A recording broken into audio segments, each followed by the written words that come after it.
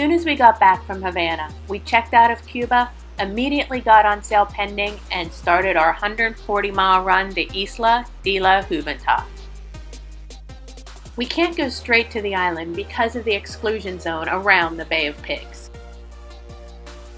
The forecast showed that it was probably going to be a pretty wet ride with rain showers moving in throughout the night. But if we didn't leave now, there were strong winds approaching, and we probably wouldn't be able to leave for at least 3 to 4 more days. Because of the southern winds that are approaching, our plan is to wait in a protected anchorage on the northern side of the island. This will be a perfect place to hang out and wait for another weather window for the 230-mile crossing across the Yucatan Channel to Mexico.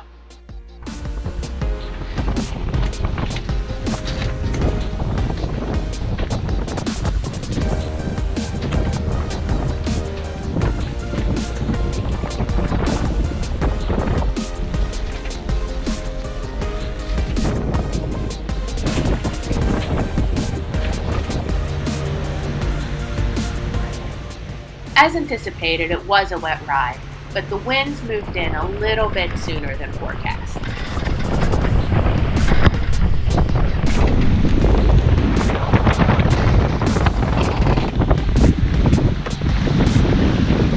After almost 24 hours of a pretty wet ride, the sun came out just as we were reaching the anchorage.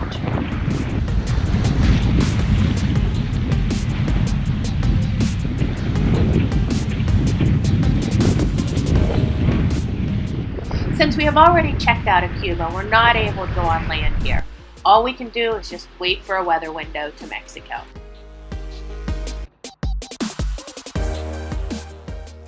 After these strong southerly winds die down, they turn a little bit from the west, and they'll give us a nice beam reach across the Yucatan Channel.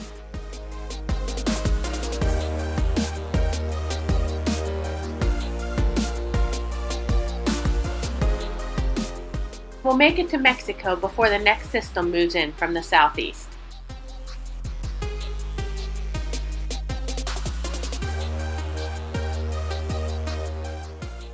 It also looks like the swells are going to be pretty light, about 1.2 meters or less the entire way.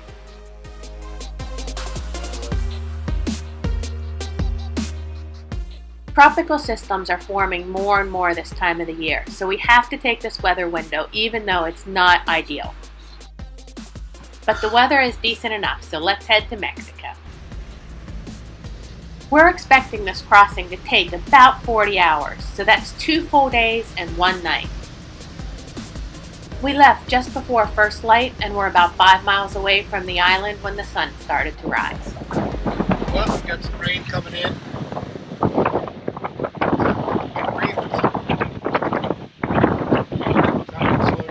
So we get behind it. And once again, we were dodging storms almost the entire way. And once again, just like all the other times along Cuba, we had dolphins playing at our bow.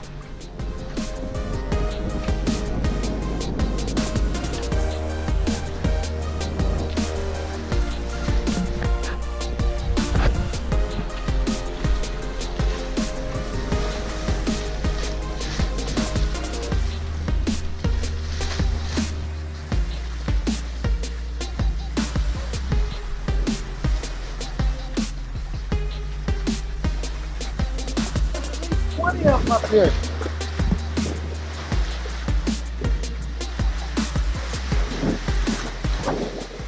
It was an uneventful night and a beautiful sunrise the next morning.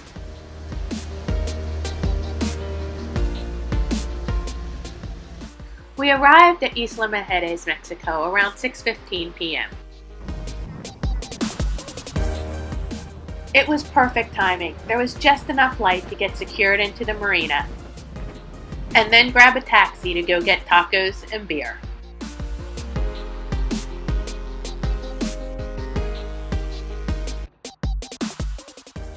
A cold beer never tastes as good as after a long crossing.